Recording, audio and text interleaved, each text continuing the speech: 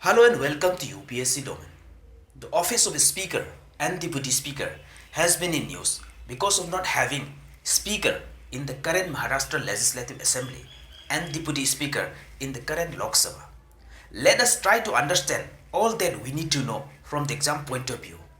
And in this video, we will talk about the background of the office of a speaker, its elections, removal, powers, roles, functions, and conclusion.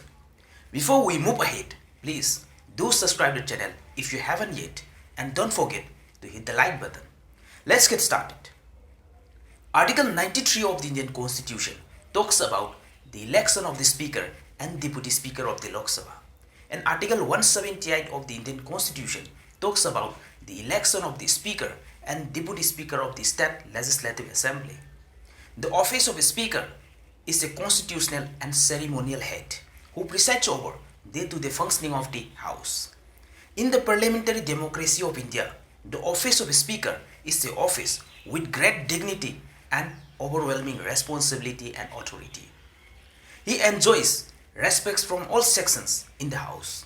The Speaker is placed at 7th rank in order of precedence from all the cabinet ministers except the Prime Minister and Deputy Prime Minister. In fact, the office of a Speaker, the institution of the Speaker and Deputy Speaker, originated in India in 1921 under the provisions of Government of India Act 1919, which is also known as Montagu-Chelmsford Reform Act. But at that time, the name were called as President and Deputy President. But this name, that is the President and Deputy President, were changed to Speaker and Deputy Speaker by the Government of India Act 1935. Now coming to the election of the Speaker, Constitution of India says the Speaker should be among the members of the House, and he is elected on the first sitting of every newly constituted House, that is Lok Sabha or State Legislative Assembly. And there is no any specific prescribed qualification for the office of the Speaker, but he should have a good understanding of the Constitution and law of this country. The election date of the Speaker is fixed by the President in case of Lok Sabha and by the Governor in case of State Legislative Assembly.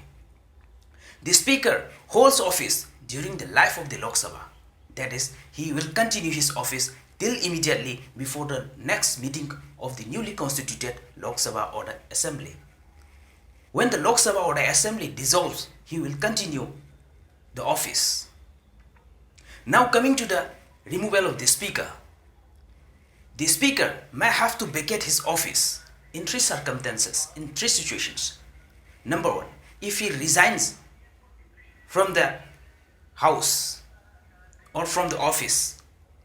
If he resigns from the office by writing to the Deputy Speaker, and if he ceases to be the member of the House, and number third, if he is removed by the House from the office with the support of majority of effective strength of the House. But this resolution can be moved in the House only by giving 14 days prior notice to the Speaker. And when such resolution is under consideration in the House, the Speaker cannot preside the House, but he can present in the sitting and he can take part in the proceedings also. And he can exercise his votes in the first instance. Usually, the Speaker, when he presides the House, he cannot exercise his votes in the first instance, but he can exercise his vote as casting votes in case of tie to prevent the deadlock. Now coming to the powers of the Speaker. The Speaker derives his powers from three sources: the Constitution of India, the rules and procedures of the House, and parliamentary conventions. Now coming to the roles and functions of the Speaker. In the parliamentary democracy of India, the Speaker enjoys a great and overwhelming authority. He is the head of the House. He is the principal spokesman in the House. His decision in all parliamentary matters is final. He maintains the order and decorum of the House. He is the principal guardian. He is the guardian of all rights and privileges in the house. He adjourns or suspends the house in absence of quorum. Quorum is the minimum number of members required to present to constitute a meeting, and the minimum number of quorum is one-tenth of the total strength of the house. The speaker decides whether a bill is money bill or not. The speaker is the deciding authority to disqualify a member under the anti-defection law. The speaker presides over the joint sitting of the house, but this joint sitting is available only for the parliament, that is Lok Sabha and Rajya Sabha, but this is not available in case of stats.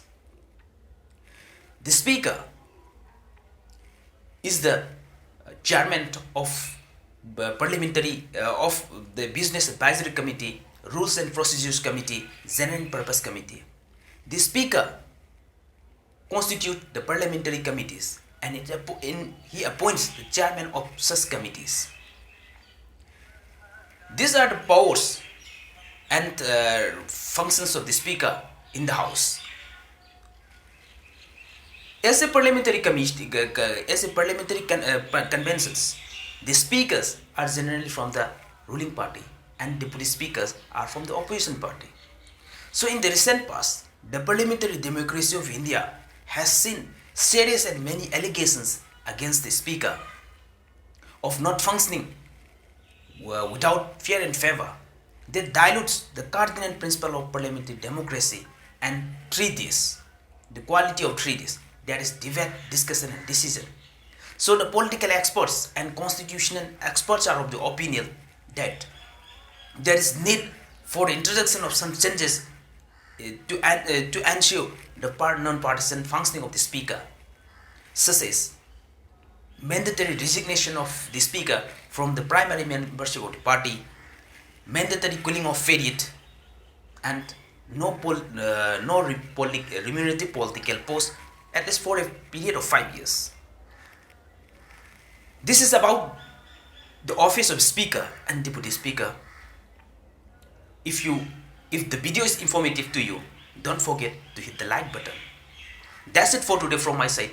Thank you. Bye bye. Have a nice day.